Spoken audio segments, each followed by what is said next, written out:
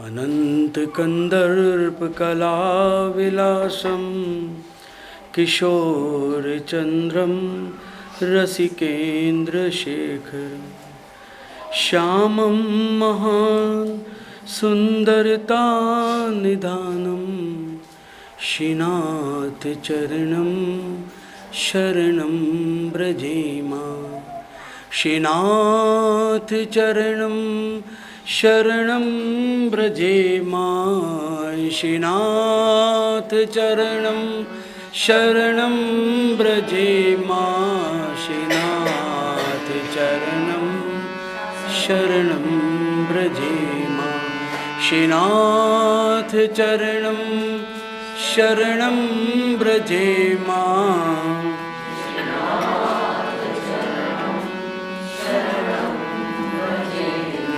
श्रीनाथ चरणं शरणं व्रजेमा श्रीनाथ चरणं शरणं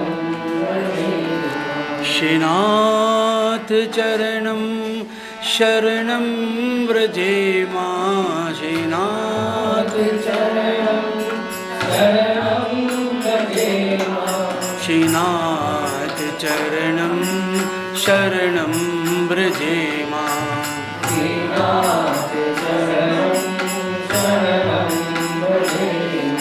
श्रीनाथ चरणं शरणं व्रजेमा श्रीनाथ चरणं शरणं व्रजेमा श्रीनाथ चरणं शरणं व्रजेमा श्रीनाथ चरणं शरणं व्रजेमा श्रीनाथ चरणं शरणं व्रजेमा श्रीनाथ चरणं शरणं व्रजेमा श्रीनाथ चरणं शरणं व्रजेमा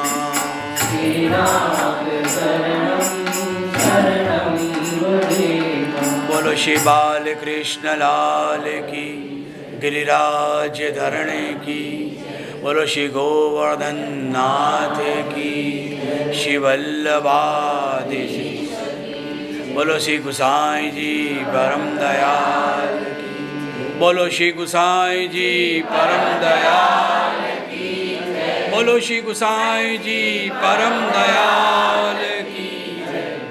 श्री गुसाई जी के चरणारिंद में कोटान कोटि वंदन करम। महात्मा और गुणगान।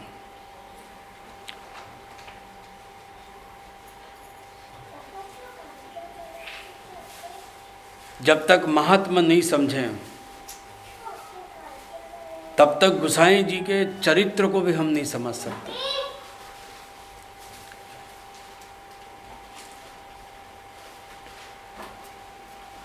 श्री जी बाबा का महात्मा आप लोगों को मालूम है, इसीलिए बारंबार नाथ द्वारा जाने का मन बनता है। 12 महीने हो जाएंगे तो भले हम भारत का विचार करेंगे, हिंदुस्तान का विचार करेंगे कि हम चलो हिंदुस्तान जाएं, लेकिन मन में तो एक ही भाव रहता है। फिर मौका मिले कि न मिले, पर श्री जी बाबा के दर्शन जाके करिए।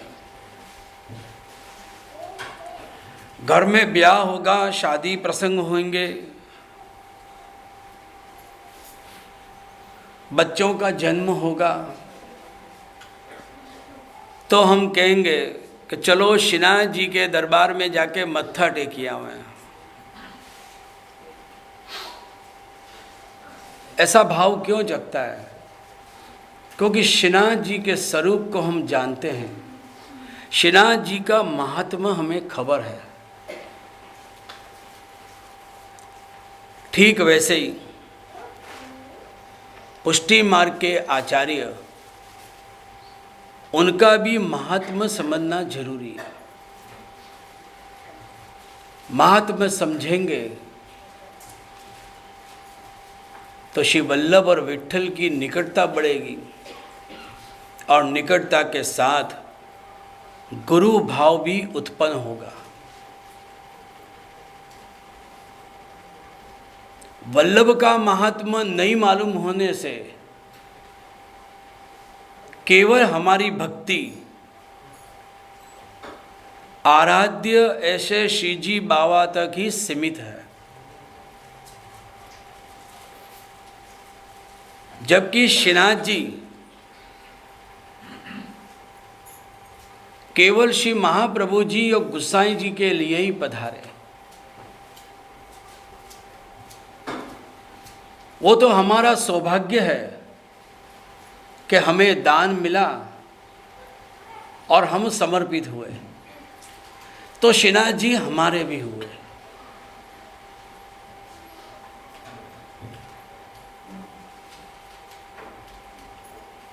तो गुरु का जब महात्मा नहीं मालूम हो तो श्रीनाथ जी भी हमसे 2 उंगली दूर ही रहेंगे। श्रीनाथ जी भी कहेंगे कि मेरे वल्लभ को तू नहीं जाने तो तू मुझे कैसे प्राप्त कर सके। पहले मेरे वल्लभ को महत्व समझ, मेरे गुसाई को महत्व समझ, बाद में मैं तुझे मिलूंगा। दामोदर हरसानी ने केवल श्री महाप्रभु जी के महात्म को समझा, इसीलिए श्रीनाथ जी को कह दिया कि महाराज वहीं खड़े रहो, अब निकट मत पधारना। श्रीनाथ जी ने उनका बुरा नहीं लगाया। श्रीनाथ जी जानते थे कि दमला केवल वल्लभ का महात्मा जानता है, श्रीनाथ जी का नहीं जानता है। श्री महाप्रभु जी ने कृपा करी, तब श्रीनाथ जी का स्वरूप आत्मसात हुआ। तो ऐसा भी हो सकता है कि श्रीजी बाबा का केवल बहिरंग स्वरूप का जो महात्मा है वही हमें अभी खबर है, अंतरंग जो है महात्मा वो अभी समझना जरूरी है। तो गुरु का महात्मा समझें तब उसकी महत्ता बढ़ती है, तब हम संप्रदाय में जाकर स्थिर होते हैं। आज एक महात्मा हमने समझा कि शोभा यात्रा में केसरी इकलाई और तिलक अनिवार्य है। अनिवार्य तो धोती भी है, बंडी भी है, जो वैष्णव की वैष्णवता है।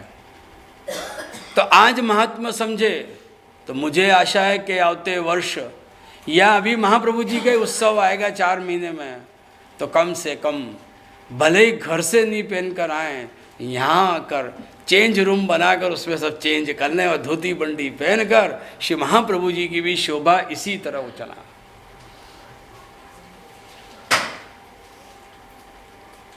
तो गुरु का महत्व, गोसाई जी के चरित्र को समझने से पूर्व हम गोसाई जी के पूर्वजों का भी इतिहास देखें। पुत्र के साथ हमेशा पिता को याद किया जाता है।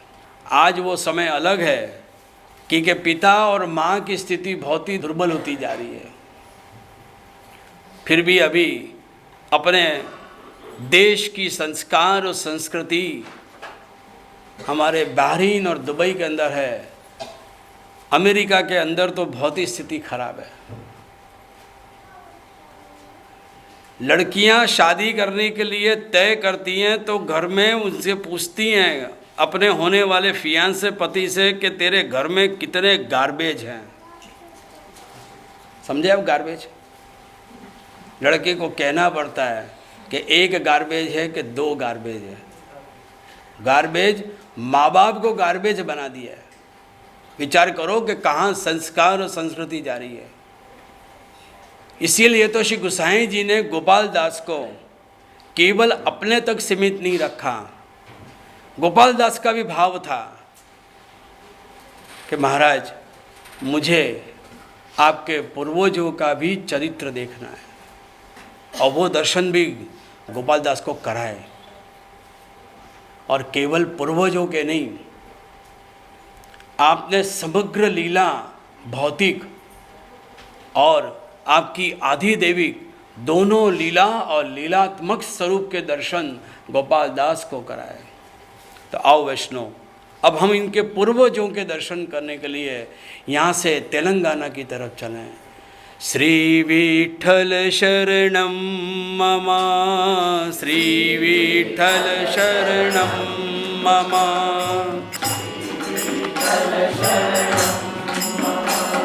श्री विठ्ठल शरणं मम, श्री विठ्ठल चरण कमल पर मधुकर बोले, श्री विठ्ठल शरणं मम, चरण कमल पर मधुकर बोले, श्री विठ्ठल शरणं मम। गगन मंडल में सुर नर बोले, श्री विठ्ठल शरणं मम,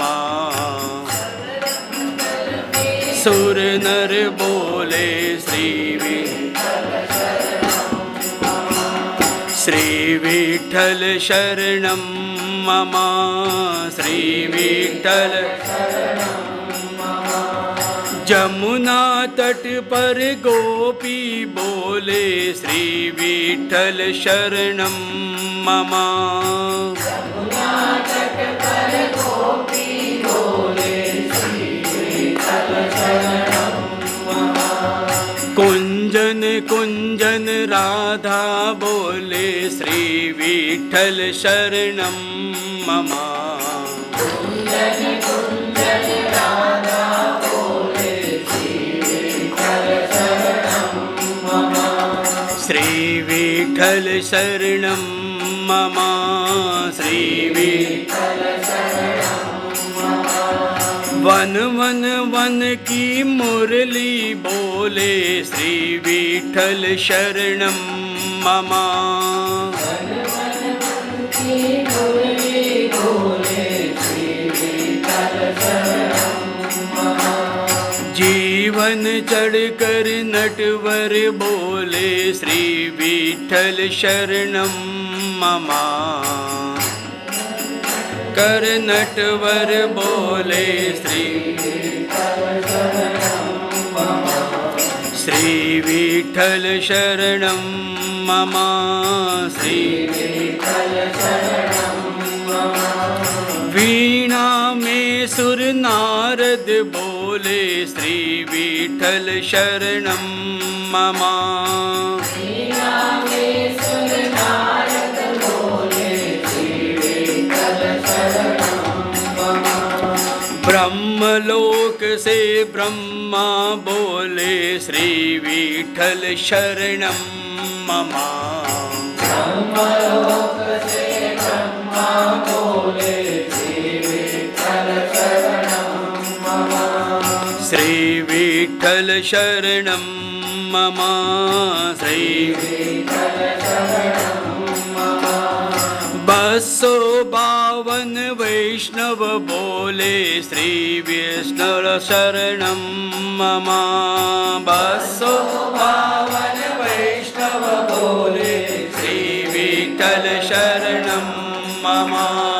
84 वैष्णव जन बोले, श्री विठ्ठल शरणं मम, 84 वैष्णव जन बोले, श्री विठ्ठल शरणं मम। बहरिन के सब वैष्णव बोले, श्री विठ्ठल शरणं मम, बहरिन के सब वैष्णव बोले, श्री विठ्ठल शरणं मम, श्री विठ्ठल शरणं मम, श्री विठ्ठल शरणं मम, विठ्ठल शरणं मम, श्री विठ्ठल शरणं मम।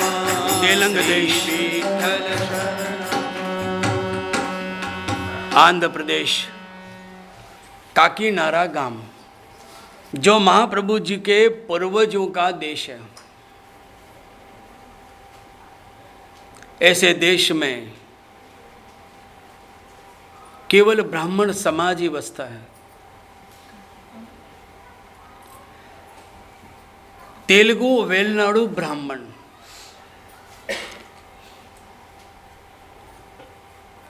जहाँ बड़ी बड़ी ब्राह्मणों की महासभा होती है, शास्त्रार्थ होते हैं, हर एक ब्राह्मण विद्वान है, विद्वता का सागर जैसे उमड़ रहा हो, हर ब्राह्मण वैदिकी वेद कर्म कांड में निपुण,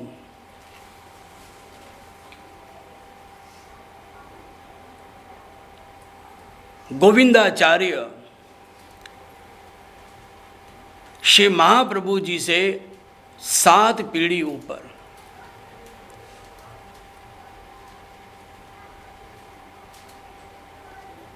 दिन भर होम चले,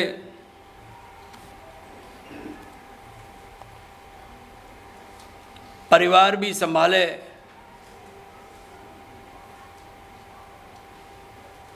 मन में एक ही मनोरथ, केवल भगवत प्राप्ति रूपी पुरुषार्थ करें।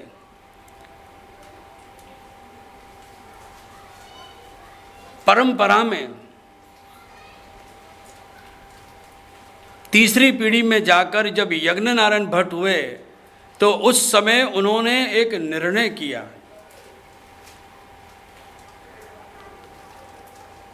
कि भगवत प्राप्ति के लिए जीवन में जितना बने यज्ञ आदि जीवन करें। यज्ञों का प्रारंभ किया जो सोम यज्ञ के रूप में है।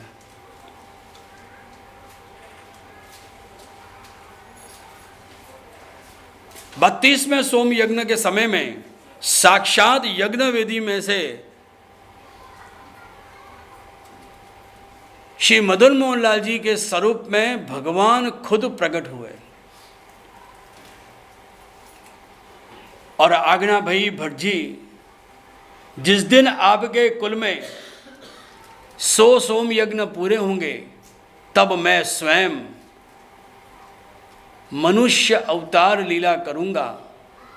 वल्लभ नाम से मैं फिर से भूतल में प्रकट होऊंगा और आपके कुल को सनात करने के लिए मैं आपके कुल में प्रकट होऊंगा।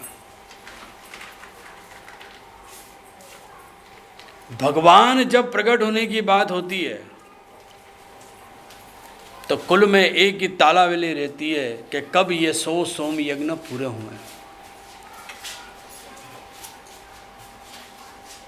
यज्ञ नारायण भट्ट ने अपने जीवन में 32 सोम यज्ञ किए और 32वें सोम यज्ञों में ये भगवत आज्ञा भई।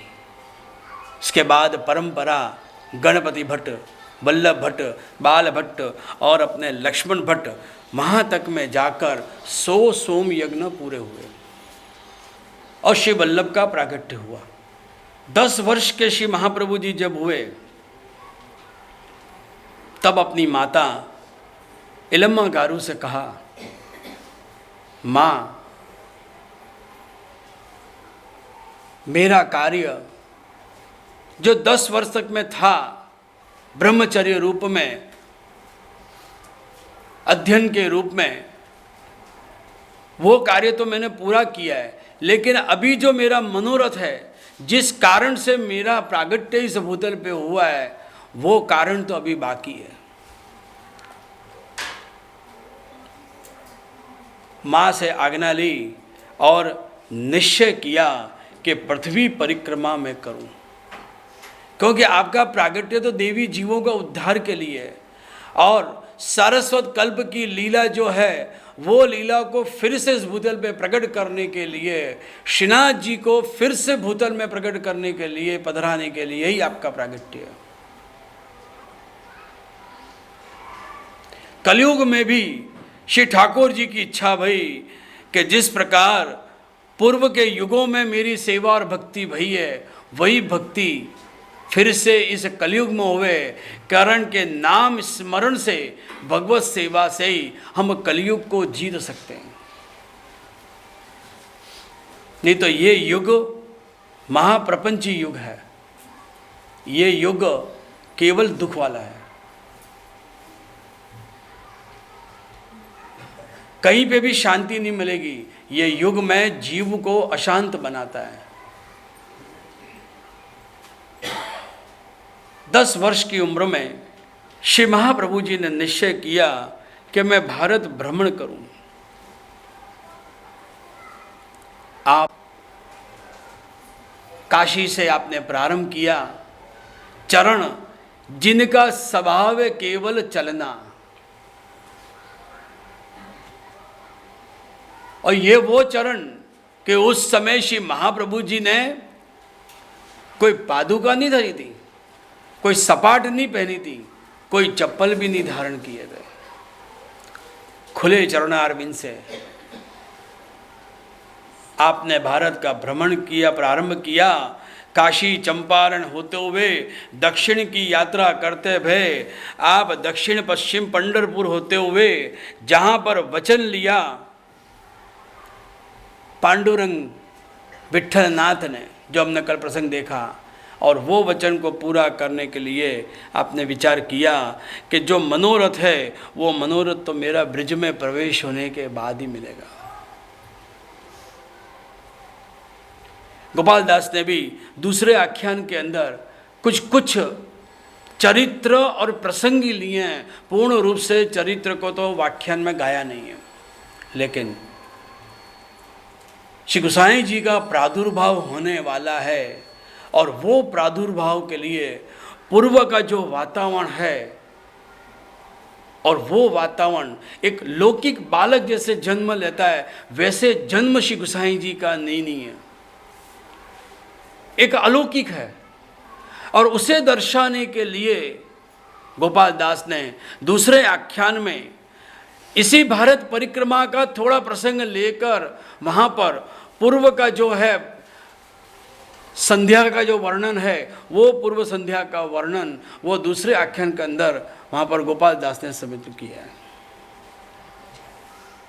श्री महाप्रभु जी दक्षिण पश्चिम की यात्रा करते हुए ब्रिज के अंदर वो प्रवेश हो रहे हैं। वृंदावन का सुहावना मौसम, रमणीक स्थल, श्री वल्लभ के सर्वप्रथम वृंदावन में दूसरी परिक्रमा के समय में प्रवेश हुए। कुंज सदन सुहामणा शोभा तणो नहीं पार। कुंज सदन शोभा तणो नहीं पार।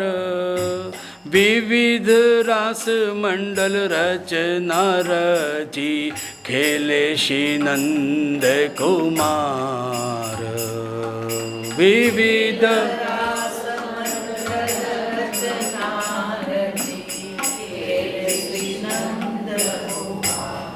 कुंज सदन सोहामणा। गोपाल दास अद्भुत वृंदावन के वातावरण को वर्णन कर रहे हैं। एक अलौकिक वातावरण बन गया। क्यों न बने? क्योंकि हमारे वल्लभ के चरण उस वृंदावन की कुंजन में प्रवेश कर रहे हैं। कुंज सदन सुहामणा। वृंदावन की कुंजन जो कुंज सदन बनी हुई हैं बड़ी सुंदर हैं। एक एक कुंजों में जा जाकर गोपाल दास दर्शन कर रहे हैं। गोपाल दास कह रहे हैं कि वैष्णव एक कुंज नहीं है, दो कुंज नहीं है, अनेक कुंज वृंदावन के अंदर विराज रही है। और ये कुंज कैसी हैं? सुहामणा, बहुत ही सुंदर हैं, जिनका मैं शब्दों में वर्णन नहीं कर सकता हूं। मैं केवल दर्शन कर रहा हूं, रोमांचित हो गया हूं।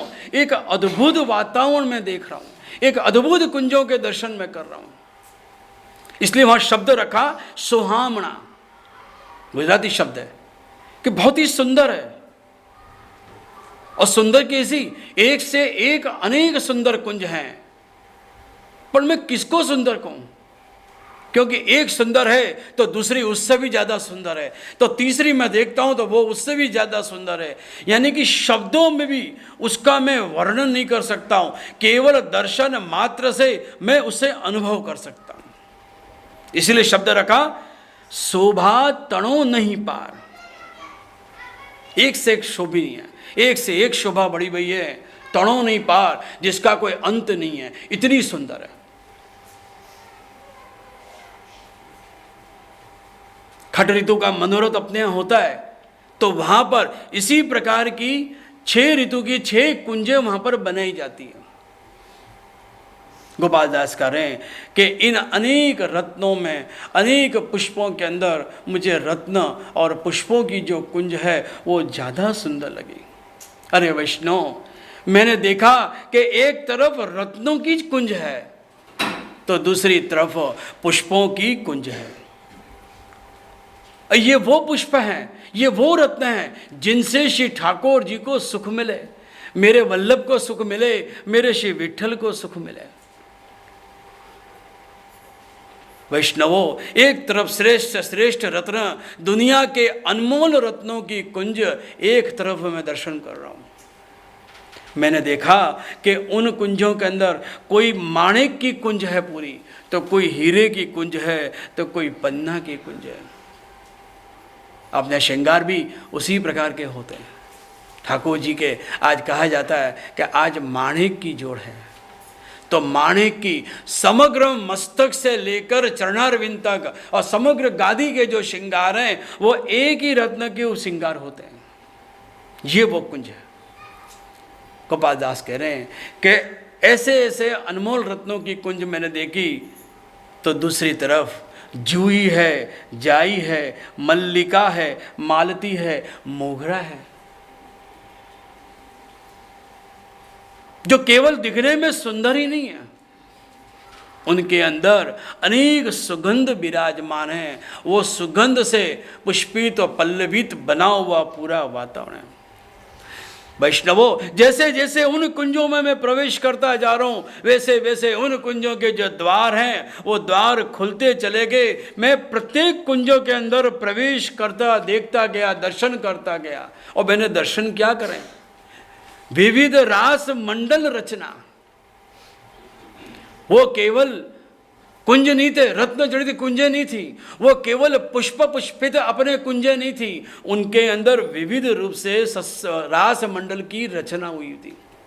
एक एक कुंज में एक एक स्थान पर अनेक रूप से मंडल, रास मंडल का वहाँ प्रारंभ हुआ। अनेक गोपी ग्वाल सब वहाँ पधारे हुए हैं, रासोत्व की तैयारी हो रही है। और मैंने क्या देखा वहाँ? खेले श्री नंद कुमार। गोपाल दास भूतकाल की बात नहीं कर रहे हैं। गोपाल दास ने ये नहीं कह रहे हैं कि खेलिया श्री नंद कुमार, कि मैंने देखा कि कभी खेल रहे थे नंद कुमार। खेलिया नहीं, खेले श्री नंद कुमार। प्रत्यक्ष दर्शन कर रहे हैं, प्रत्यक्ष निरख रहे हैं। वो कौन खेलने आए? नंद कुमार। गोसाई जी के लिए शब्द उन्होंने रखा कि आप कौन हो? आप नंद कुमार हो। एक वो कृष्ण जो नंद के कुमार ब्रज में खेल रहे हैं, तो यहां मेरे वल्लभ नंद हैं और उनके कुमार श्री गोसाई जी हैं, तो गोसाई जी के लिए शब्द रखा कि खेले श्री नंद कुमार।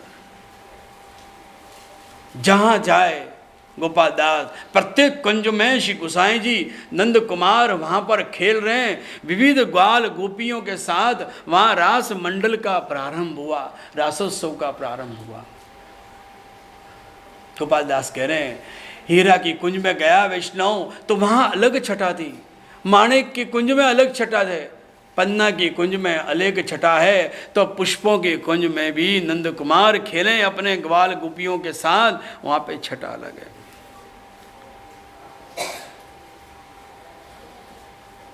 कुंज सदन सुहामना, शोभा तणों नहीं पार, विविध रास मंडल रचना रची खेले श्री नंद कुमार।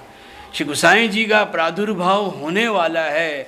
स्वयं श्री गोसाई जी ने अपनी लीला का प्रारंभ उस कुंज सदन के द्वारा व्रज के अंदर प्रारंभ किया। और ठाकुर जी मिलेंगे भी तो ब्रज में ही, और कहाँ मिलेंगे? सारी अनुभूति तो ब्रज में ही होगी। जिनके जीवन में ब्रज का वातावरण नहीं है, तो ये सारी चीज़ों का अनुभव नहीं हो सकता है। गोपाल दास कह रहे हैं कि मैं भी ब्रिज में वास कर रहा हूँ, मुझे भी ये अनुभव हो रहा है। मैंने देखा कि श्री वल्लभ के चरण धीरे धीरे धरते धरते उस कुंज मध्य सदन के अंदर आप पधारे हो। अनेक कुंजों में से आप पधारते पधारे श्री यमुना जी के किनारे सोपान पर आप पधारे, आप विराजे, आप वहां पर संध्या वंदन कर रहे हो, मधुप वहां पर पान कर रहे हैं, मयूर वहां पर नृत्य कर रहे हैं, चारों तरफ एक अलौकिक वातावरण सृजाया गया। संध्या वंदन करते करते एक अद्भुत दर्शन गोपाल दास ने वहां पर फिर किया। रंगे ते रंगता डीठड़ा बलदेव श्री गोविंद, रंगे ते रमता बलदेव श्री गोविंद, ए पुत्र भावे प्रगट से मन उपनो आनंद, ए पुत्र भाव प्रगट से मन उपनो। रंगे ते रमता डीठड़ा, रंगे अर्थात आनंद, आनंद हुआ गुसाई महाप्रभु जी को।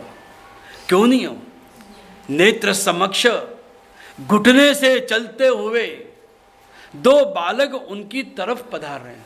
छोटे से सावरिया सरकार, दोनों भ्राता घुटने और अपने पंजों पर हाथ रखते हुए दौड़ते दौड़ते, 6 मास का बालक कैसे दौड़ कर आवे वैसे दौड़ते दौड़ते श्री वल्लभ के पास आ रहे हैं।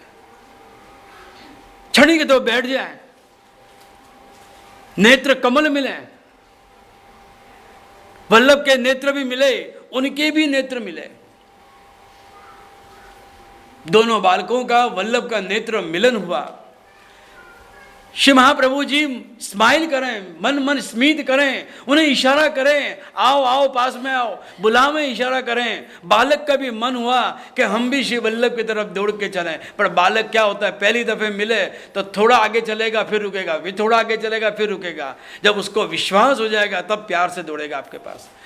इसी तरह दोनों बालक भी थोड़ी देर चलें फिर बैठ जाएं, थोड़ी देर चलें फिर बैठ जाएं। जैसे जैसे दोनों पुत्र, दोनों बालक श्री वल्लभ के निकट आते जाएं, दोनों ही पक्ष में एक रोमांच बढ़ता चला गया। रंगे ते रमता डीठड़ा बलदेव श्री गोविंद। गोपाल दास कह रहे हैं कि ये कौन है? ये वही बलदेव श्री गोविंद ही है जो धीरे धीरे श्री वल्लभ के पास आ रहे हैं। और जैसे ही निकट आए, श्री वल्लभ ने दोनों पुत्रों को, दोनों बालकों को अपने उत्संग में बैठा लिया। दोनों ने ऐसा आभास कराया श्री वल्लभ को कि जो समझ रहे हो आप, हम वो नहीं है, अब हम आपके घर में पुत्र के रूप में जन्म लेने वाले हैं, हमारे आपके कुल में ही प्रागट्य होगा। ए पुत्र भावे प्रकट से। ये अनुभूति होते ही श्री वल्लभ के नेत्र कमल से अश्रु की धारा प्रकट हुई, एक आनंद की, एक खुशी से मन प्रफुल्लित हो गया उनका। दोनों बालकों ने श्री वल्लभ के नेत्र में से जब अश्रु की धारा प्रकट हुई, दोनों ने छोटे छोटे हाथों से उन्होंने पोंछा और कहा, वल्लभ अब समय आ गया है कि हम दोनों आपके घर के अंदर आपके कुल में जन्म लेंगे, आप पिता बनोगे और हम दोनों आपके पुत्र बनेंगे। ए पुत्र भावे प्रगट से मन उपनो आनंद। ये तोतली भाषा में जब दोनों बालकों ने कहा कि हम आपके पुत्र बनेंगे, आप पिता बनोगे और ये सुख देने के लिए हम आपके पास आए हैं, पुत्र रूप पधारेंगे हम, ये सुनते ही श्री वल्लभ को इतना आनंद हुआ। मन उपनो आनंद, मन में एक आनंद की उत्कंठा गई कि कितना आनंद का विषय और वातावरण है कि मेरे घर में यही बलदेव श्री गोविंद प्रकट होंगे। गोपाल दास कह रहे हैं कि वैष्णव, ये बलदेव और गोविंद कौन है मालूम है? बलदेव श्री गोपीनाथ कहिए, श्री विठल नंद नंद। बलदेव श्री गोपीनाथ कहिए, श्री विठल नंद नंद। ए वेद पंथ विस्तार से, जन आप से आनंद। ए वेद पंथ विस्तार से, जन आप से। बलदेव श्री गोपीनाथ, श्री महाप्रभु जी के प्रथम पुत्र श्री गोपीनाथ जी, जो बलदेव जी का ही स्वरूप है, जो अपने जीवन काल में पुष्टि मार्ग में नहीं विराजे। आप मर्यादा पुष्टि संबंध है आपका, इसलिए जगन्नाथ जी आप विराजे। श्री महाप्रभु जी का ननिहाल, जहां पर गोपीनाथ जी को गोद दे दिया गया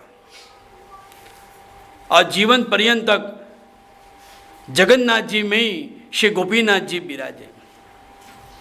इसका अर्थ ये नहीं कि उन्होंने श्रीनाथ जी की सेवा नहीं करी और संभाली नहीं। श्री महाप्रभु जी के आशीर्व्यामो लीला के बाद श्री गोपीनाथ जी ने ही संभाला, और गोपीनाथ जी ने उस समय में, उनका इतिहास बताता है कि आपने दक्षिण भारत में और पश्चिम भारत में भी काफी पुष्टि मार्ग का प्रचार किया, और उस समय में आंध्र के, तमिलनाडु के, कर्नाटक के कई ऐसे उस समय साउथ के लोग भी उस समय पुष्टि मार्ग के अनुयायी हुए थे। और आज तो न तो कोई नायडू सेवक मिलता है, न कोई चेट्टियार मिलता है। आज जो भी सृष्टि के अंदर सब सेवक हैं, वो केवल नॉर्थ साइड के और गुजरात समाज के जो हैं वो ही हमें मिलते हैं। उस समय गोपीनाथ जी ने परदेश कर कर, उनका चरित्र बताता है कि लगभग 1 लाख रुपये उस समय के वहाँ पर उस समय सेवा उनकी भई, और उन्होंने वो पूरे के पूरा द्रव्य श्री श्रीनाथ जी बाबा के सोना के पात्र सिद्ध करने में समर्पित कर दिए। तब से अपने यहाँ श्री ठाकुर जी के अंदर सोने के पात्र का प्रारंभ हुआ। सोने की थाली, सोने के बड़े बड़े थाल, कटोरियाँ, और सोने के चमचियाँ, करचियाँ, टोप, सब प्रकार के सोने के आज भी जितने निधि घर हैं पुष्टि मार्ग में, ये 7 घरों के अंदर और हमारे बड़े मंदिर के अंदर भी जन्माष्टमी के दिन और दिवाली के दिन विशेष करके गोसाई जी के उत्सव, ये 4-5 दिन जो आते हैं, देव दिवाली, उस दिन अपने सोना के पात्र में श्री ठाकुर जी को राजभोग आता है। बाकी के मंदिरों के अंदर अब चांदी के पात्र चल रहे हैं। तो गोपीनाथ जी बहुत ज़्यादा समय पुष्टि मार्ग में आप नहीं विराज कर, आप जगन्नाथ जी विराजे। और उनके बाद परंपरा में श्री गोसाई जी ने पुष्टि मार्ग को संभाला। बलदेव श्री गोपीनाथ कहिए, वो बलदेव का स्वरूप श्री गोपीनाथ जी के रूप में, और वो गोविंद का स्वरूप श्री विठल नंद नंद, जो केवल श्री वल्लभ को ही आनंद है वो स्वरूप नहीं, समग्र जो मैंने विठल का वर्णन कल किया था, ऐसे सब भक्तों का, ऐसे सृष्टि जीवों का, सबके वो नंद नंदन। ए वेद पंथ विस्तार से, गोपाल दास कह रहे हैं कि ये जो विठल नंदन हैं, ये श्री महाप्रभु जी के जो अधूरे कार्य हैं, उन अधूरे कार्यों को आप पूर्ण करोगे, इसलिए आपका प्रादुर्भाव इस भूतल पे हुआ। आप इस पुष्टि मार्ग का विस्तार करोगे, इसलिए आपका प्रादुर्भाव हुआ। आप 84 भक्तों का भी विस्तार करोगे तो 84 से 3 गुना सृष्टि, सात्विक राजस तामस 3 प्रकार की 252 वैष्णव की सृष्टि आपने उसका विस्तार किया। ऐसे स्वभाव वाले जीव पुष्टि के सेवक बनेंगे, इसलिए आपने 252 वैष्णव को शरण में लिया। जन आपसे आनंद, ये सारा विस्तार करके श्री गोसाई जी शरण में आए जो जीव हैं उनको आनंद का दान करने के लिए श्री गोसाई जी का प्रादुर्भाव इस भूतल पे हुआ। फागण मद नोम अपने यहाँ बड़ा धूमधाम से उत्सव मनाया जाता, अभी आएगा फागण वद नोम। उस दिन बगीचा होता है, नवमी का बगीचा। पहली दफ़े श्री ठाकुर जी निज मंदिर से बाहर पधारते हैं। देव दिवाली से लेकर फागण वद नोम तक श्री ठाकुर जी निज मंदिर से बाहर नहीं पधारते हैं, क्योंकि शीतकाल का समय है, बाहर ज़्यादा ठंड लगती है। फागण वद नोम बगीचा के समय में पहली दफ़े अपने ठाकुर जी बाहर पधारते हैं। और वो जो दिन है श्री गोसाई जी अक्का जी के उर में पधारे, अर्थात गर्भ में प्रवेश किया। बड़ा सुंदर प्रसंग बना। श्री महाप्रभु जी ने पद्मनाभ दास को आज्ञा करी, पद्मनाभ दास जाओ जमुना पार और अक्का जी को पधरा के ले आओ, क्योंकि महाप्रभु जी जानते थे कि ये समय, ये नक्षत्र, ये दिन बड़ा श्रेष्ठ और सुंदर है, शुभ है और गर्भाधान का समय हो चुका है। पद्मनाभ दास शिवल्लभ की आज्ञा सुनकर वहां से खड़े हुए और शिवल्लभ की स्तुति करते करते उस पार जाने की तैयारी करी। श्रीवल्लभ शरणं मम, श्रीवल्लभ शरणं मम,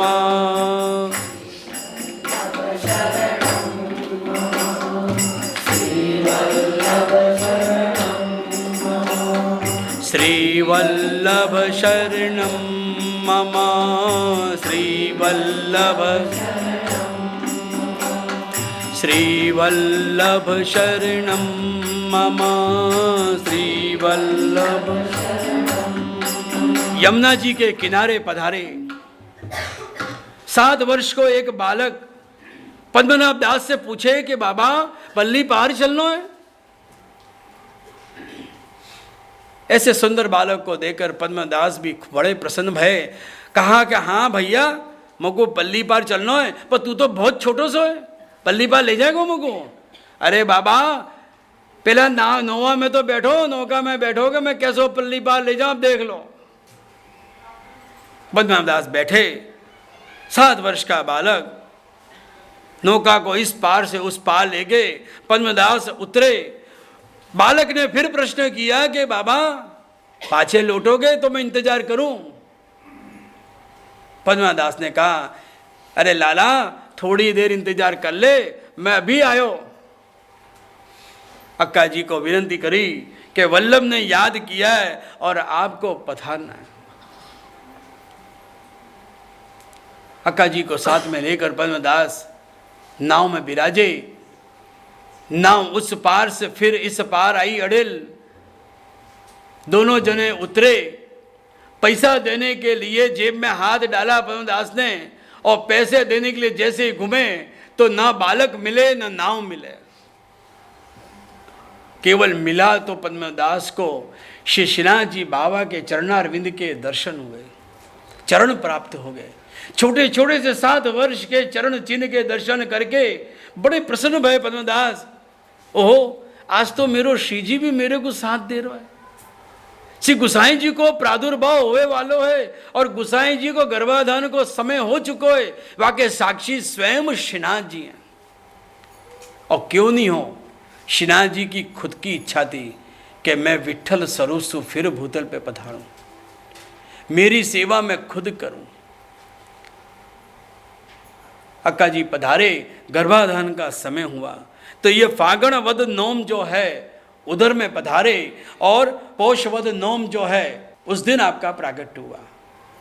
तो यूँ कहते हैं अपने पुष्टि मार्ग के अंदर कि सूक्ष्म जो प्रागट्य गोसाई जी का जो है वो फागण वद नवमी का दिन है। इसलिए अपने यहाँ पर बगीचा का उत्सव बड़े धूमधाम से मनाते हैं। और पूर्ण जो प्रागट्य का समय है वो मागसर वद नौम, पौष वद नौम, पूर्ण प्रागट्य। त्याति केसी घाट पाव धरिया, कही कथा तत्समाधि। त्याति केसी घाट पाव धरिया, कहीं कथा तत्समाधि। रस पुंज पुरुषोत्तम प्रमाण्या, सरस्वती तजियाधि। रस पुंज पुरुषोत्तम प्रमाण्या, सरस्वती तजियाधि। श्री वल्लभ वृंदावन से आप केशी घाट पधारे। केशी घाट पर कही कथा तत्व समाधि। समाधि में जो बैठे हुए गढ़ू स्वामी नाम के एक जीव, जो वर्षों से इंतजार कर रहे हैं, मन में प्रभु मिलन का मनोरथ लिए हुए, समाधि में बैठे हुए हैं कि कब मुझे प्रभु के दर्शन हो जाएं, प्रभु की प्राप्ति हो जाए। गढ़ू स्वामी को श्री वल्लभ ने कहा, अरे गढ़ू स्वामी, अब सनात होवे को समय आ गया, आखिर भागवत सुनाई। गढ़ू स्वामी से कहा कि तुम्हारे जो मन में मनोरथ है, जिसकी तुम समाधि में बैठे हुए हो, ऐसे रसपुंज पुरुषोत्तम इस भूतल पे प्रकट होने वाले हैं। तुम्हारी समाधि सफल हो गई और अब तुम्हारो मनोरथ पूर्ण होगा। साक्षात श्री वल्लभ ने उस रसपुंज पुरुषोत्तम का अनुभव गढ़ू स्वामी को कराया। वृंदावन में जो तरस रहे जीव नंद नंदन के लिए, जो देवी जीव वो तरस रहे हैं, गढ़ू स्वामी से कहा कि अब साक्षात पुरुषोत्तम प्रकट होने वाले हैं। सरस्वती देवी भी, सरस्वती तजी आधी, सरस्वती देवी को भी कह दिया कि तू अपनी आधी व्याधि उपाधि सब छोड़ दे, उसको तज दे, क्योंकि अब सारे मनोरथ पूर्ण होने वाले हैं।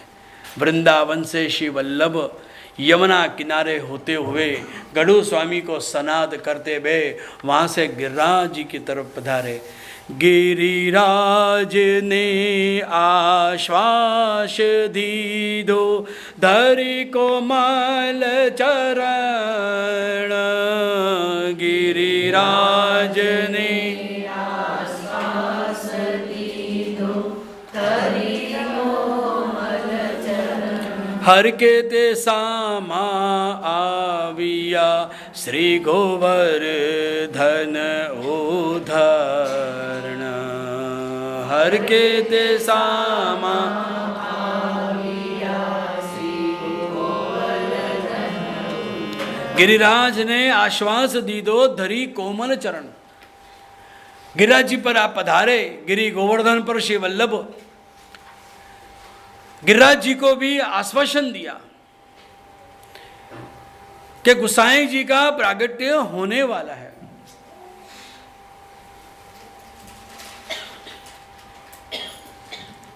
धरी कोमल चरण।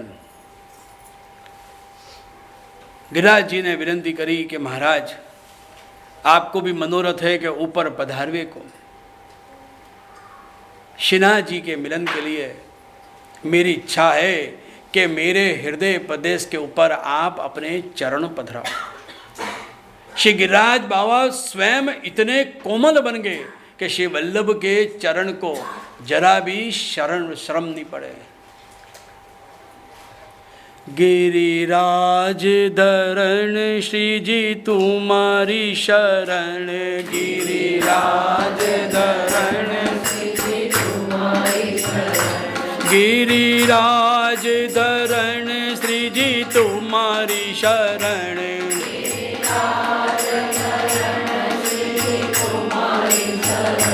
गिरिराज धरण श्री जी तुम्हारी शरण। गिरिराज जी से कहा श्री वल्लभ ने कि आपकी आज्ञा हो तो आपके हृदय प्रदेश के ऊपर श्रीनाथ जी की इच्छा है कि उनको मंदिर स्थापित हो गए। मंदिर सिद्ध किया। पूर्णमल छत्री नाम के वैष्णव ने, जो आगरा के हैं, समग्र द्रव्य श्रीनाथ जी की आज्ञा भाई पूर्णमल को के पूर्णमल तेरे पास जो भी द्रव्य है तेरो नहीं है, वो सब मेरो है, मेरे मंदिर के निर्माण में तू समर्पित कर दे। पूर्णमल छत्री समग्र संपत्ति को बेचकर वो द्रव्य लेकर गिरी गोवर्धन आए, श्री वल्लभ को आखी कथा श्रवण कराई और आज्ञा जो भाई वो सारे प्रसंग कहने के बाद समग्र द्रव्य जो था श्री वल्लभ के चरण में धरा। और संबंध जैसा यहाँ पर चरण में क्यों धरा? क्योंकि सीधे अपने हाथ में द्रव्य श्री महाप्रभु जी ले नहीं सकते थे। वल्लभ के हाथ में और वल्लभ के बालकों के हाथ में तो केवल नारायण ही शोभता है, लक्ष्मी नहीं शोभती है। और लक्ष्मी कहां शोभेगी? श्री वल्लभ के चरण में। लक्ष्मी में मन न जाए वल्लभ का के बालकों का, इसलिए लक्ष्मी को स्थान चरण में दिया। लक्ष्मी देवी ने भी श्री महाप्रभु जी से विनती की, महाराज मेरा भी पुष्टि मार्ग में स्थान होना चाहिए। श्री महाप्रभु जी ने कहा कि लक्ष्मी देवी तेरा स्थान तो केवल मेरे चरण में ही रह सकता है। बोले क्यों महाराज, हाथ में क्यों नहीं? सारे लोग तो दुनिया में मुझे हाथों में नचाते हैं, हाथों में रखते हैं। श्री महाप्रभु जी ने कहा लक्ष्मी देवी तू जहां जाती है ना बिगाड़ खाता बहुत कर देती है, और मेरो मन कि मेरी जो पीढ़ी आवे वालों, मेरे जो कुल है वाको मन तेरे अंदर नहीं जाना चाहिए। मेरे कुल को मन तो केवल नारायण में रहना चाहिए। पर तेरे को मैं स्थान दूंगो, पण तेरो मान मेरे यहां नहीं रहेगो, तू केवल मेरे चरण में पड़ी रहेगी।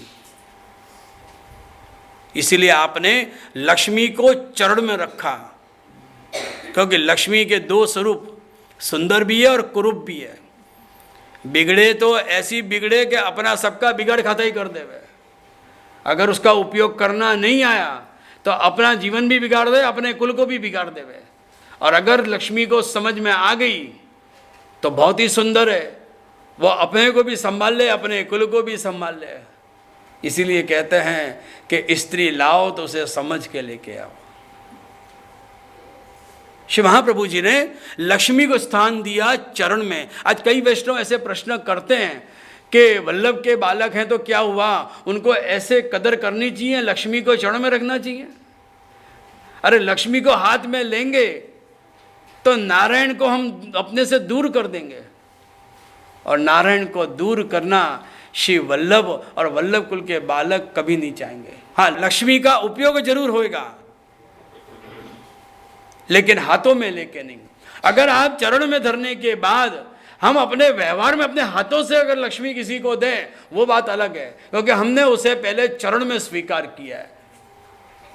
जैसे कहता है ना कोई रक्षा कवच बना लेना, इस तरह से। लेकिन फिर भी लक्ष्मी देवी है तो आखिर जिद्दी, 365 दिन में 15 दिन तो अपनी जिद पूरी करेगी। तो 15 दिन वल्लभ के बालक दान के दिनों में केवल अपने हाथों में लेते हैं लक्ष्मी को, बाकी के समय में नहीं। तो वो लक्ष्मी श्री महाप्रभु जी ने अपने चरणों में धरवाई, ताकि उसका विनियोग वो कहीं पे भी कर सकें। इसीलिए अपने यहाँ ठाकुर जी की जो भेंट है साल में सिर्फ 2 बार की जाती है। प्रत्यक्ष में आप जो दर्शन करते हो, एक जन्माष्टमी के दिन और एक पवित्रा एकादशी के दिन, ये 2 भेंट जो होती है वो ठाकुर जी की होती है। और 2 भेंट दूसरी दिवाली के दिन हटड़ी में, वो भी सैया जी में सैंड खंड में अंदर होती है भेंट। और शरद पूर्णिमा के दिन जब दोनों समय में शयन खंड में ठाकुर जी चौपड़ खेलते हैं, मतलब जुआ खेलते हैं। वो 2 भेंट तो वैष्णव दर्शन नहीं कर पाते हैं। वैसे तो बालकों घर में 4 भेंट और वैष्णव के घर में 2 भेंट होती है। बाकी 12 महीना जो भेंट है वो वल्लभ की भेंट होती है, गुरु की भेंट करनी चाहिए। ठाकुर जी के नाम की नहीं निकालनी चाहिए, क्योंकि ठाकुर जी की नाम निकालने से वो ठाकुर जी के अंदर ही उसका उपयोग हो सकता है। अर्थात ठाकुर जी के साज बनाने में, साहित्य बनाने में, मंदिरों का निर्माण करने में, इन सब के अंदर होता है। मतलब उससे कोई जीव जो है उसको भोग नहीं सके, उस प्रकार का विनियोग होता है। और गुरु भेंट अगर आप निकालें या शुभ भेंट के रूप में अगर धरें तो उसका विनियोग मुख्य भितरिया के पगार में, प्रॉपर्टी के टैक्स में, अनाज पानी लाने में, भंडार के खर्चे में, अन्य जो भी खर्चे हैं लगते, उन सारे खर्चों में उसका विनियोग हो सकता है। उसमें कोई प्रकार का दोष नहीं। श्री महाप्रभु जी ने अपने चरण में रखवा कर वो सारा पूर्ण छत्री का द्रव्य जो था श्रीनाथ जी के मंदिर के रूप में विनियोग कर दिया। श्री गिरिराज जी को आज्ञा करी वल्लभ ने कि अब श्रीनाथ जी की जो स्थापित करी है सेवा, उसका विस्तार करने के लिए श्री गोसाई जी का प्रादुर्भाव होने वाला है। आपने मुख्यत्व तो गृह सेवा का प्रकार रखा, क्योंकि श्री महाप्रभु जी की इच्छा नहीं थी कि मंदिर बने, पर श्रीनाथ जी की इच्छा थी। बारंबार 4 छपरे आ जावे, जब डिजाइन बने मंदिर की 4 छपरे आ जावे, शिखर रूपी मंदिर। आपकी इच्छा थी कि मंदिर घर घर बने, कृष्ण मंदिर हर वैष्णव के घर में बने, हर वैष्णव अपने घर में मंदिर सिद्ध करके भगवत सेवा करे। और वो भी कहाँ? छुपके, अर्थात बेडरूम के रूप में, जहां केवल घर के व्यक्ति उस सेवा में समर्पित होवें और दर्शन करें, बाहर का कोई भी व्यक्ति अंदर नहीं आ सके। परंतु अब कहना पड़ता है कि ठाकुर जी बेडरूम से निकलकर ड्राइंग रूम में आ गए, जाहिर में आ गए। पर श्रीनाथ जी का एक मंदिर सिद्ध करके महाप्रभु जी ने कभी भी दूसरा मंदिर सिद्ध नहीं करवाया। और उसके बाद भी श्री गोसाई जी ने भी अपने 7 बालकों के लिए केवल हवेली बनाई, जो आपकी निज गृह हवेली के रूप में, या यूं कह सकते हैं कि आपका निज गृह मंदिर बनाया, जिनके अंदर केवल पुष्टि मार्गी वैष्णव जो हैं वही वहां पर दर्शन करें, वो भी दर्शन के भाव से नहीं, पुष्टि मार्ग की जो प्रणाली का जो रीत है वो सीखने के लिए वैष्णव वल्लभ के घर में जावें, बातें करने के लिए, कि चर्चा करने के लिए नहीं, वल्लभ के वचन श्रवण करने के लिए, सत्संग करने के लिए। एक वैष्णव दूसरे वैष्णव से भगवत संबंध स्थापित करने के लिए वहां मिलते हैं वो। इसलिए तो अपने यहाँ पर केम छो, मजा में छो ऐसे नहीं बोलते हैं। वहां जैसे ही एक दूसरे से मिले मंदिर के स्थान पर, भाई जय श्री कृष्ण, भाई बहन जय श्री कृष्ण, इसलिए हम बोलते हैं, क्योंकि वहां हम भगवत स्मरण वहां करते हैं एक दूसरे के साथ। केम छो, मजा में छो, वो तो घर पे जाके करते हैं अपने यहाँ, मंदिरों में नहीं। मंदिरों में तो जय श्री कृष्ण, और जहाँ भगवत मंडली चल रही है, सत्संग चल रहा, वहाँ बैठ के सत्संग करें, दर्शन का समय हो जाए तो दर्शन किए, और क्रम पूरा करने के बाद वहाँ की प्रसादी, बीड़ी, जल जो भी मिले वो लेकर आप अपने घर पे जा सकते हो। हाँ, मंदिर के द्वार के बाहर जाकर आप पूछ सकते हो कि केम छो, मजा में छो, कम से कम मंदिर प्रमाइसिस में नहीं। मंदिर सिद्ध किया आपने, क्योंकि श्रीनाथ जी का मनोरथ था, और आपने भी ये निश्चय कर लिया कि भले भक्तों का उद्धार इस प्रकार होता हो, श्रीनाथ जी करते हो, तो श्रीनाथ जी की इच्छा के सामने वल्लभ की इच्छा क्या चला। लेकिन मंदिर सिद्ध करने के बाद श्री महाप्रभु जी वहां रुके नहीं, महाप्रभु जी वहां से चल दिए अपनी मूल पर्णकुटी में अड़ेल की तरफ। तो उस समय हर के ते सामा आविया श्री गोवर्धन उदाहरण सामेत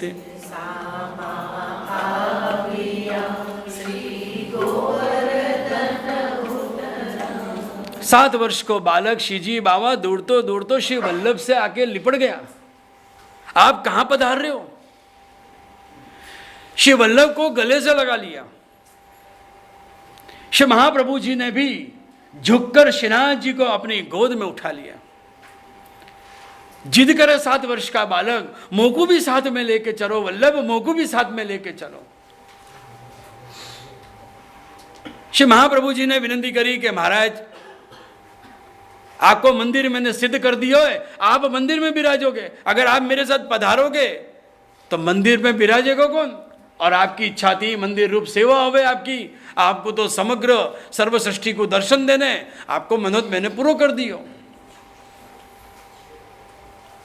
श्रीनाथ जी ने श्री वल्लभ को गले लगाकर कहा कि वल्लभ, वो मंदिर भी सुनो नहीं रहेगा और आपके बिना मैं रह भी नहीं सकूं।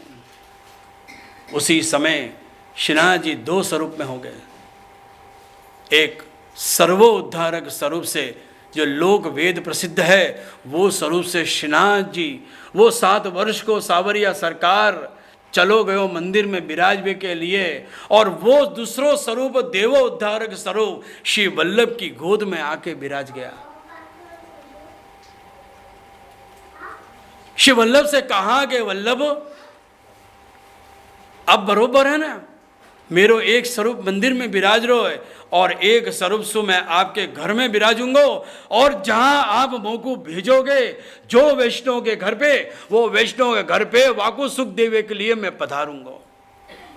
पर शर्त यह है, आप जाके घर में मोकू भेजोगे, वो जब तक मेरी सेवा करेगा तब तक मैं वो वैष्णव के घर पे रहूंगा मैं, और जा दिन वो सेवा नहीं करेगा वही क्षण मैं आपके पास पधार जाऊंगा। तो इसका अर्थ ये कि पुष्ट की हुई सेवा जो है वो नित्य होनी चाहिए। अगर एक दिन भी अगर आप सेवा चूक गए तो उसी समय वो वल्लभ के घर पे पधार जाते हैं। वो स्वरूप फिर वो पुष्टे हुए स्वरूप नहीं रहते हैं, वो केवल एक यथावत मूर्ति रूपी हो जाते हैं। तो उसे फिर से सेवा लायक करने के लिए फिर से उनको पुष्टाना पड़ता है। समझे आप? श्री महाप्रभु जी ने उस देवोद्धारक स्वरूप को अपनी गोद में लिया, खूब वाल किया, खूब प्यार किया, और श्रीनाथ जी जिद करें, अपने छोटे छोटे चरण को आगे पीछे करके जिद करें, मोकू भी आप साथ में लेके चलो, मोकू भी लेके चलो। ये अद्भुत दर्शन गोपाल दास उस समय कर रहे हैं। और उस देवोद्धारक स्वरूप को उचक कर श्रीनाथ जी को लेकर श्री वल्लभ वृंदावन से, ब्रज में से आप अपनी मूल स्थान पर्णकुटी की तरफ पधारे। हरि मणि ने चालिया चरनाट जा निज धाम, हरि मणि ने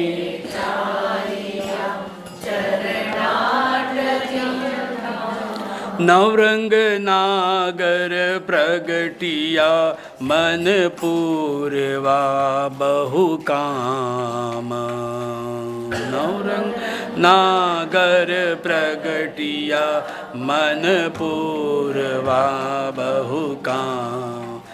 पूरे परिवार सहित श्री वल्लभ अड़ेल पधारे और अड़ेल से आप काशी पधारे। यात्रा के अमुक प्रसंग यहाँ पर गोपाल दास ने काटे हैं जिनका वर्णन हमें नहीं मिलता है। ब्रिज में से सीधे काशी में ही पधराए उन्होंने। श्री वल्लभ अपने पूरे परिवार अर्थात अपनी पत्नी महालक्ष्मी बहुजी के साथ और अपने छोटे से बालक श्री गोपीनाथ जी और अपने दूसरा उनका एक परिवार जिसको कहते हैं कि वैष्णव सृष्टि, वो दोनों परिवार को लेकर आप काशी नगरी में प्रवेश हुए। 7 कोस की दूरी पर चरणार्थ गाम चरणाद्रि, वहाँ का राजा वीरभद्र विनती करने श्री महाप्रभु जी के पास आया, कृपानाथ हमारे राज्य को भी आप सनाथ करो। मेरी विनती है कि आप परिवार सहित मेरे राज्य में पधारो, वो भूमि भी आपको इंतजार कर रही है। एक घर श्री वल्लभ का हनुमान घाट पर, जो श्री महाप्रभु जी के पूर्वज श्री लक्ष्मण भट्ट जी ने सिद्ध करवाया।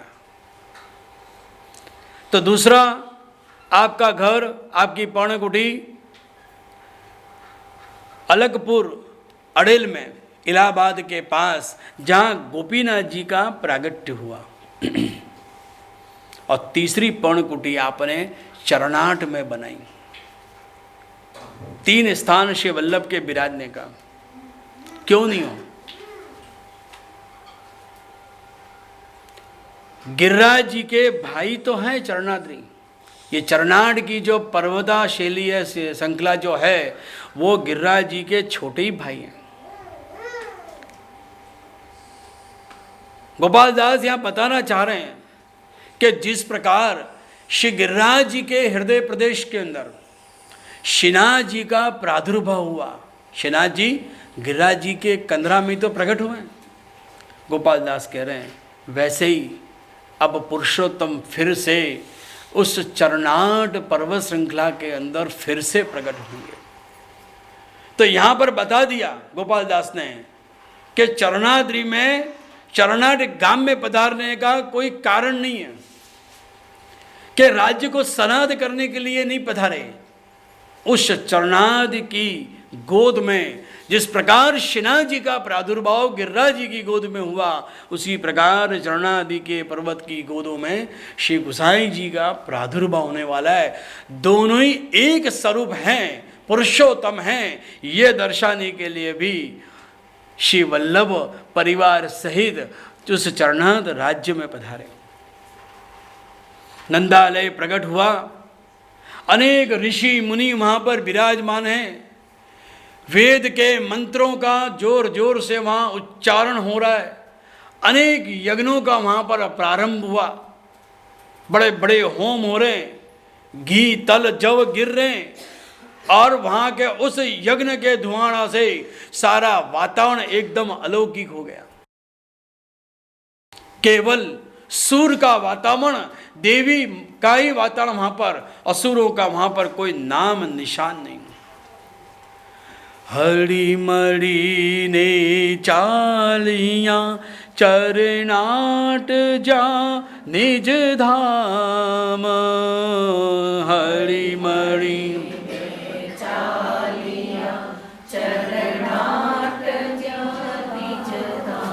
चरनाट, जहाँ प्रभु के चरण कमल प्रकट हुए हैं, जहाँ भक्तों के चरण जाकर रुक जाए, रुक जाए का अर्थ वहाँ पर जाकर स्थिर हो जाए, उसे कहेंगे चरनाट।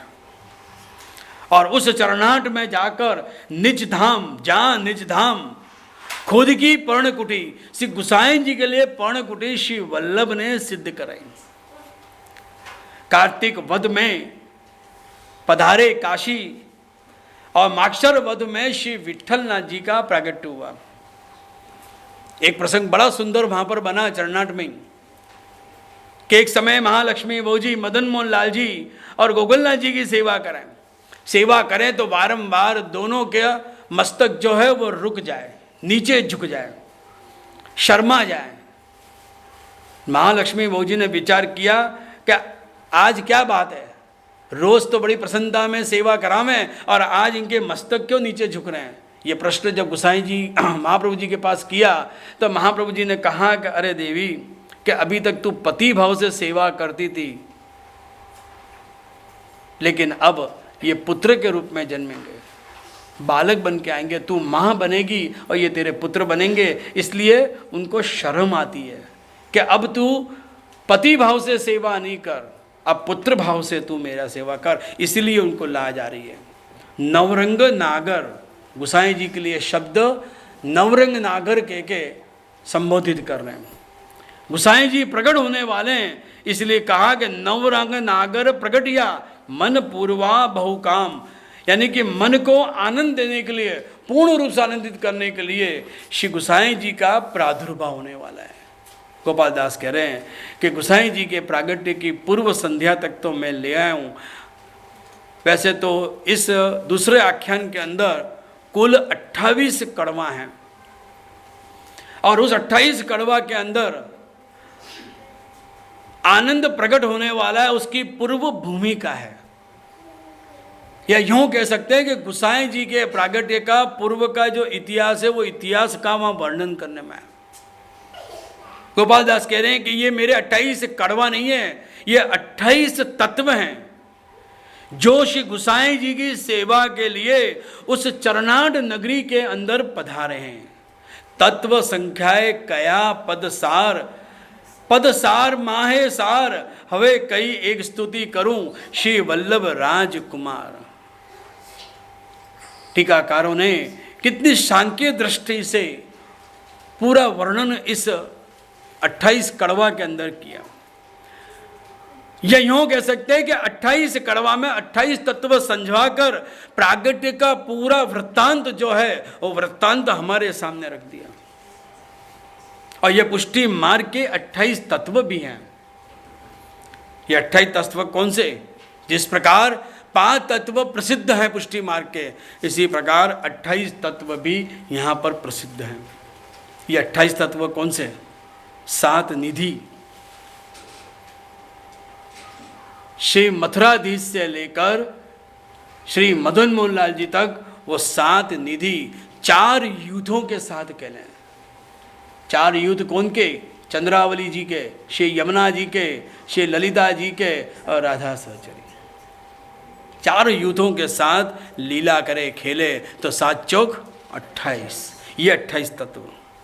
दूसरा क्रम समझें तो पहला श्री गोवर्धन नाथ जी और नवनीत बिराज जी एक तत्व, दूसरा तत्व श्री यमुना जी, तो तीसरा श्री वल्लभ और 7 निधि, इस प्रकार के 10 तत्व। 8 तत्व श्री यमुना जी में हमें प्राप्त होते हैं।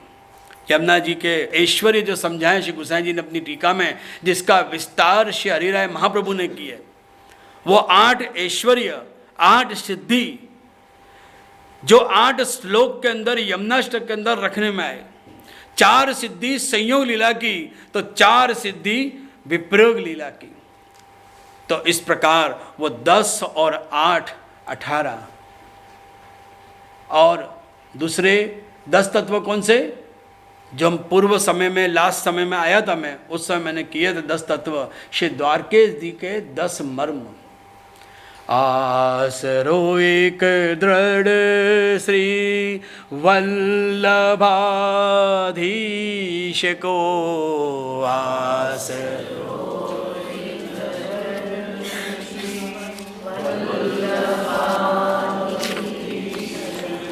मानसी रीत की मुख्य सेवा व्यसन, मानसी रीत की मुख्य सेवा व्यसन, आसरो एक दृढ़ श्री वल्लभाधीश को,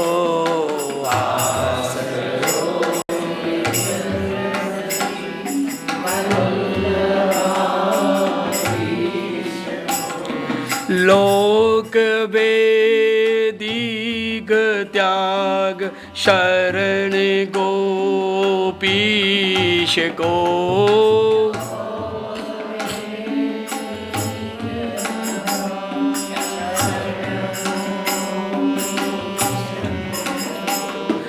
दीनता भाव उद बोध गुण गान से,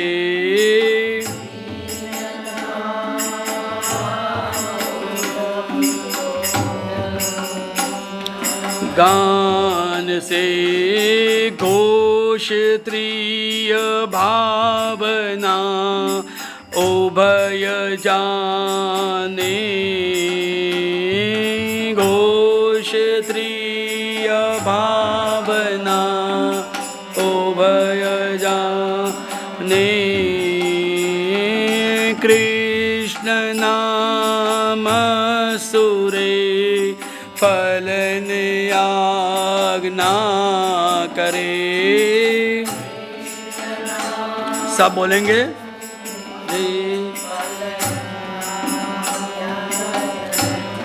करे, कृति वचन विश्वास चित आने,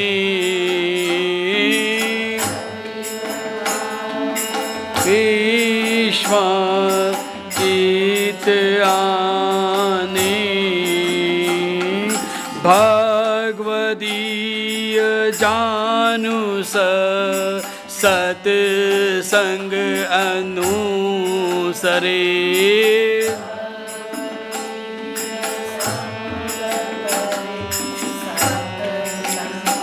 अनुसरे ना देखे दोष अरु सत्य बाखे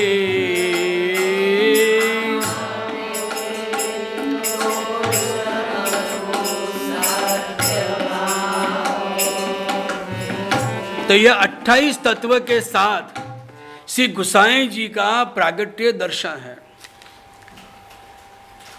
यूं भी कह सकते हैं कि ये केवल 28 तत्व नहीं, अपने पूरे परिवार के साथ इस भूतल पे प्रकट होने वाले हैं। पूरा परिवार मतलब 7 बालक तो हैं, पर 7 बालक के जो बालक हैं तो श्री गोसाई जी की उत्संग इतनी बड़ी है कि उनके उन 7 बालकों के बालक जो हैं वो 28 पौत्र हैं उनके। गिरधर जी के 3 बालक, गोविंद जी के 4, तृतीय बालक बालकृष्ण उनके 6 बालक, गोकुलनाथ जी के 3 बालक, रघुनाथ जी के 5, यदुनाथ जी के 5 और घनश्याम जी के 2। इस प्रकार 28 पौत्र के साथ इस भूतल पर श्री गोसाई जी पधारने वाले हैं। इसलिए वहां पर तत्व संख्या जो है वो 28 रखने में आई। गोपाल दास भी अपने मुख से श्री गोसाई जी के प्रागट्य का वर्णन जो दर्शन है वो एक विशद दर्शन के रूप में, वर्णन के रूप में कर रहे हैं। गोपाल दास कह रहे हैं कि मैंने ये 28 तत्वों में मेरी तुच्छ बुद्धि से मुझे जो आया, मुझे लगा और मैंने जो दर्शन किए वही वर्णन किए। तो आओ वैष्णवों, अब हम यहाँ से नन्मोत्सव लीला की तरफ चलें कि जहाँ पर नंदालय का प्रारंभ हो चुका है, नंदालय की तैयारी हो चुकी है, अब गोसाई जी का प्रादुर्भाव होने वाला है। तीसरा आख्यान जो समग्र 19 कड़वा उनके अंदर केवल नन्मोत्सव लीला है। श्री गोसाई जी का प्रादुर्भाव होने वाला है और उस समय प्रादुर्भाव के अंदर जो वातावरण बना वो वातावरण का वर्णन, वो नन्मोत्सव लीला की झांकी, वो कृष्ण अवतार का जो नन्मोत्सव है वही नन्मोत्सव विट्ठल अवतार में हुआ, वो दर्शाने के लिए 19 कड़वा वहां रखे। 19 कड़वा का अर्थ ये कि एक से खेले श्री नंद कुमार यानी कि स्वयं श्री गोसाई जी हैं, और 9 अंक से आप पूर्ण पुरुषोत्तम हो, पूर्ण हो, और आप पूर्ण हो और आपके शरण में जो जीव आवे उनको भी पूर्ण बनाओ, ये आपका स्वभाव है। इसलिए वहां पर 19 कड़वा सहित नन्मोत्सव की लीला गाने में आई। और ये जो नन्मोत्सव लीला है धन्याश्री राग में गाने के लिए आई, जिनको आज धन्याश्री शब्द नहीं धनाश्री राग के रूप में हम कहते हैं, पर मुख्य रूप से धन्याश्री राग है। और ये राग जो है भीम पलासी से मिलता जुलता है। धन्याश्री राग में जब हम पीछे आते हैं तो सातों के सातों राग वापस आते हैं। इसका अर्थ यह कि सातों के सातों स्वर जो हैं वो पूर्ण हैं। 3 प्रकार की जाति होती स्वरों में, एक ओढ़व, एक साढ़व और एक संपूर्ण। जो यहां कीर्तन करते हैं उनको इस प्रकार का क्रम मालूम होगा। सारे ग म प ध नी सा, सारे ग म प, सातों शब्द संपूर्ण हैं। सा से शुरू हुआ और सा पे आके पूरा हुआ, इसलिए ये संपूर्ण है। और इसमें अगर एक कम हो जाए तो वो साढ़ो, और 2 कम रह जाए तो ओढ़ो। धनाशी राग से शुरुआत आरोही की करते हैं। सा रे गा मा पा धा नी सा, सा रे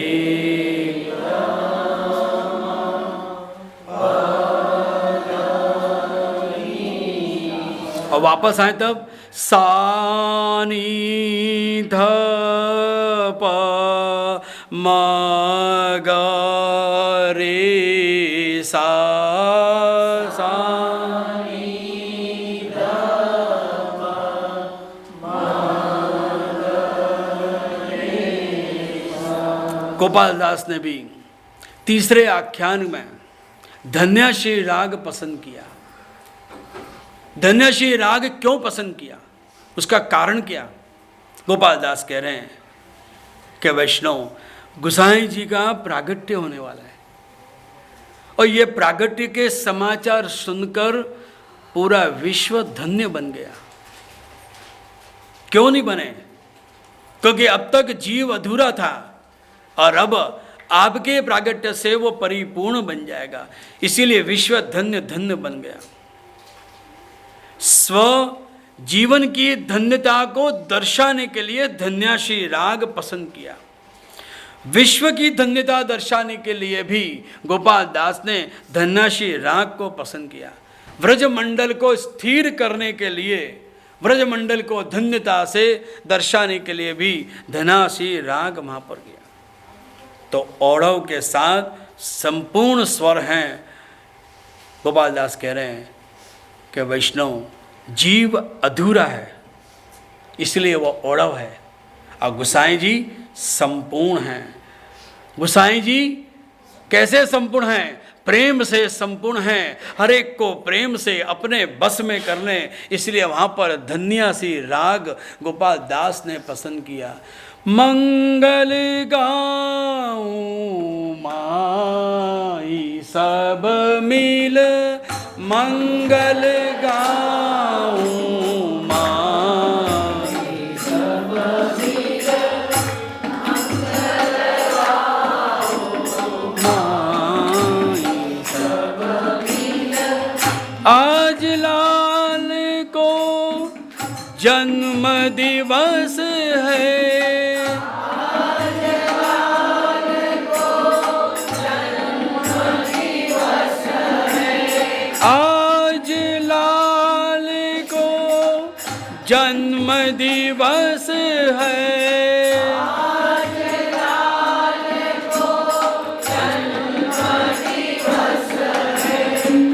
बाजत रंग बधाई,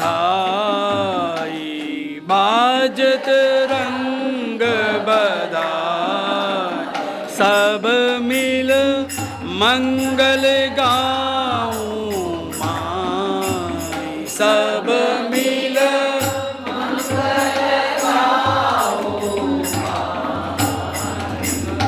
आंगन लीपो चौक पुरावो, आंगन लीपो चौक पुरावो, विप्र पढ़न लागे वेद, विप्र पढ़न लागे वेद। करहूँ सिंगार श्याम सुंदर को,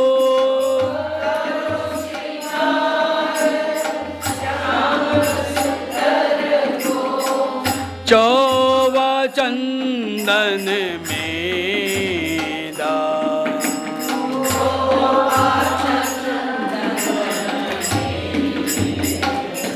आनंद भारी बाबा नंद जुगी रानी,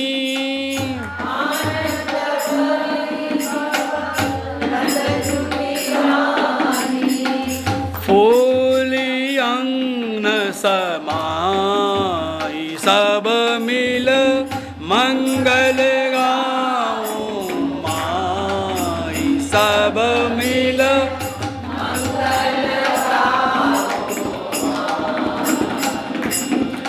परमानंद दास को ठाकुर,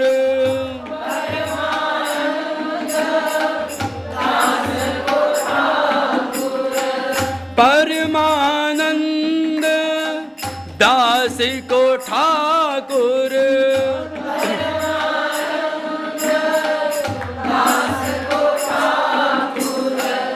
बहुत नौछावर पाई सब मिल मंगल गाऊं माई, सब मिल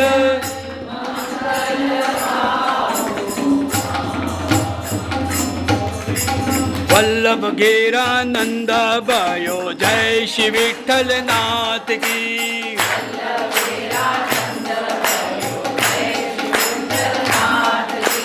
वल्लभ घेरा नंद भयो, जय श्री विठ्ठल नाथ की।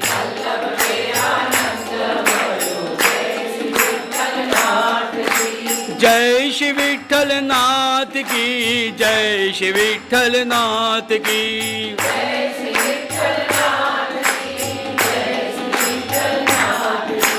जय श्री वल्लभ लाल की, जय श्री वल्लभ लाल की।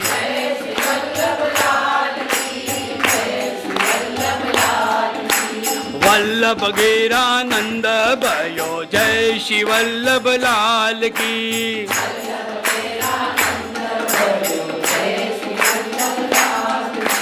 जय श्री वल्लभ लाल की, जय श्री वल्लभ लाल की।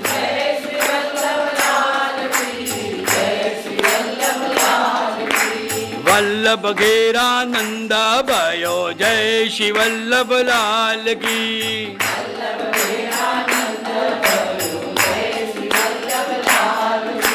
हाथी दिए घोड़ा दिए और दिए पाल की।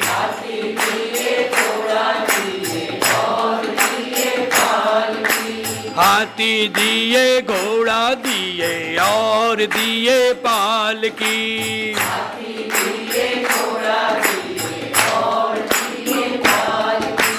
वल्लभ राय लड्डू दो, वल्लभ राय लड्डू दो।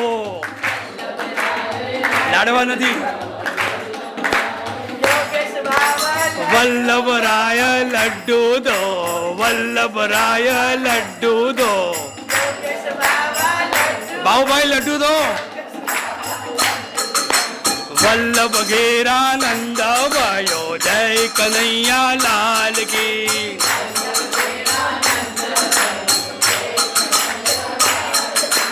वल्लभ घेरा नंद भयो, जय कन्हैया लाल की।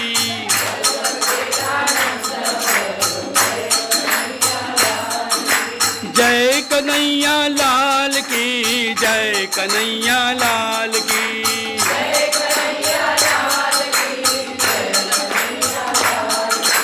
जय श्री विठ्ठल नाथ की, जय श्री विठ्ठल नाथ की।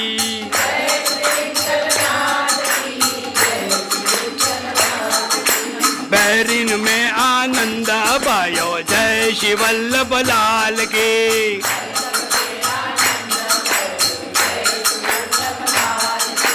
बहरीन में आनंद भयो, जय श्री वल्लभ लाल की।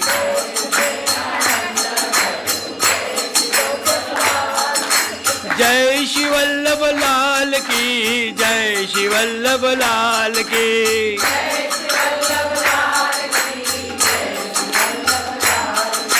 जय श्री विठ्ठल नाथ की, जय श्री विठ्ठल नाथ की।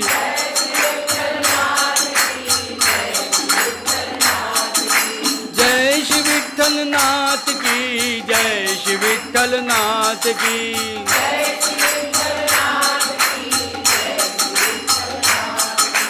जय श्री वल्लभ लाल की, जय श्री वल्लभ लाल की।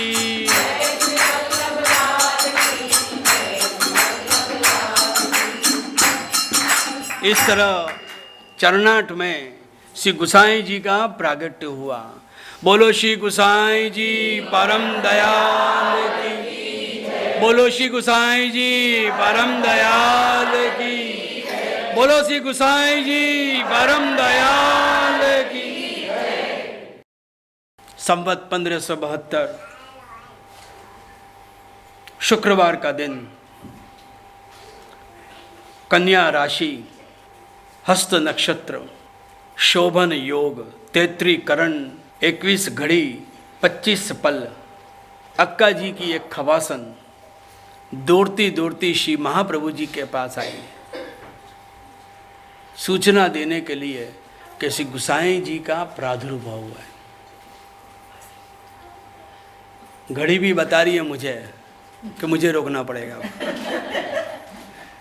क्योंकि कुमार पहले से ही खड़ा हो गया है।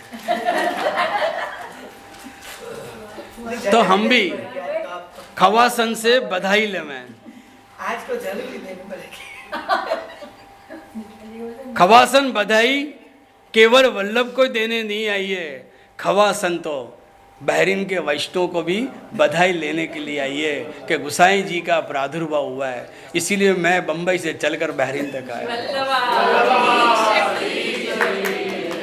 ऐसे गुसाई जी के प्रागट्य की पूर्व संध्या पर हम यहाँ विश्राम करें, क्योंकि आज तो केवल हमने पूर्व प्रागट्य से नंद महोत्सव किया। जब तक ये कड़वा 19 चलेंगे तब तक हर कड़वा में नंद महोत्सव ही है, नंद महोत्सव लीला ही है। तो हम हर कड़वा में श्री गुसाई जी के निकट जाकर गोपाल दास के साथ हम भी उस नंद महोत्सव में भाग लेंगे। तो कल फिर से हम समय अनुसार मिलें, तो ज़्यादा समय न लेकर हम यहाँ पर इस कथा को विश्राम दें। बोलो श्री गुसाई जी, बोलो श्री वल्लभा।